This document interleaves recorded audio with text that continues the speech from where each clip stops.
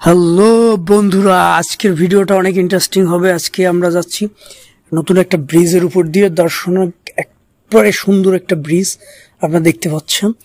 ব্রিজটা হয়েছে গিয়া শ্রীনদীতে, মাদারীপুর রাজৌর উপজেলার কাছাকাছি। খুব আপনারা দেখতে পাচ্ছেন যে ব্রিজটা আসলে অনেক বড় এবং অনেক সুন্দর।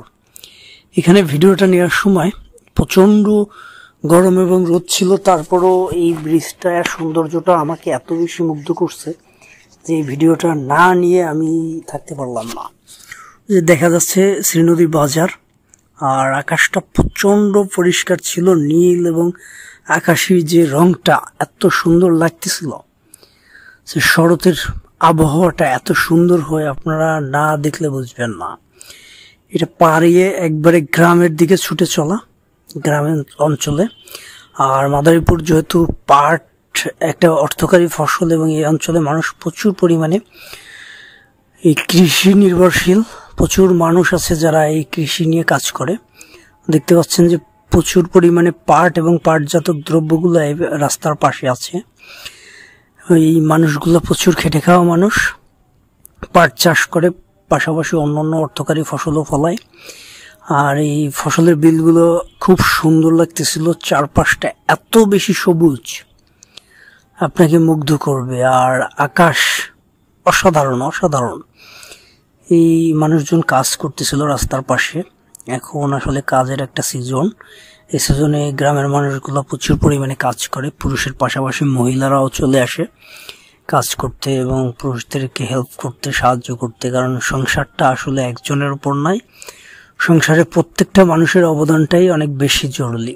ছোট একটা ব্রিজ পার হয়ে আমরা ছুটে চলতেছি ইসুফপুরের দিকে। ইসুফপুর হয়ে চলে যাব একবারে রাজৌরের দিকে। তো মোটামুটি রাস্তার চারপাশের ভিউটা আমাকে বারবার মুগ্ধ করতেছিল, যার জন্য আপনাদেরকে না দেখিয়ে পারতেছিলাম না যে এই অঞ্চলটা, এই মাদারীপুর অঞ্চলের গ্রামগুলো কত সুন্দর, রাস্তাঘাট কতটা বেশি ডেভেলপ।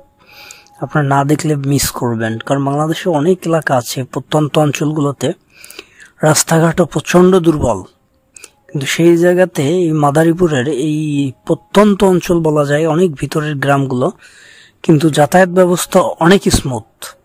মানুষ প্রচুর সুন্দরভাবে যাতায়াত করতে পারে, প্রচুর মানুষের যাতায়াত এই রাস্তা দিয়ে।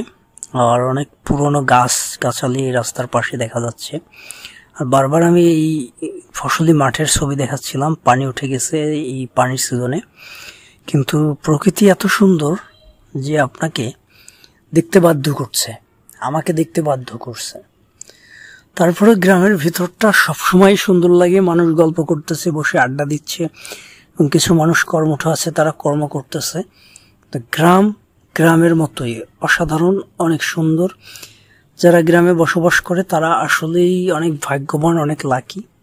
আমরা গ্রামের মানুষ হলেও সবসময় গ্রামে বসবাস করতে পারি না, কর্মের কারণে শহর অঞ্চলেই বেশি থাকা হয়। কিন্তু এই গ্রামের প্রকৃতিটা যখন কাছে পাই, কোনোভাবে মিস করার সুযোগ নাই। চেষ্টা করি ক্যামেরাবন্দি করে এবং আপনাদেরকে দেখানোর।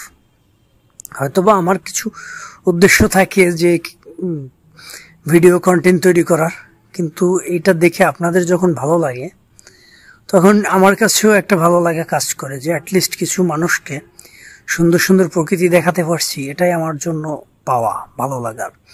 তো ভিডিওটা শেষ পর্যন্ত দেখার জন্য অনুরোধ থাকলো। ভালো থাকবেন, ভালো রাখবেন।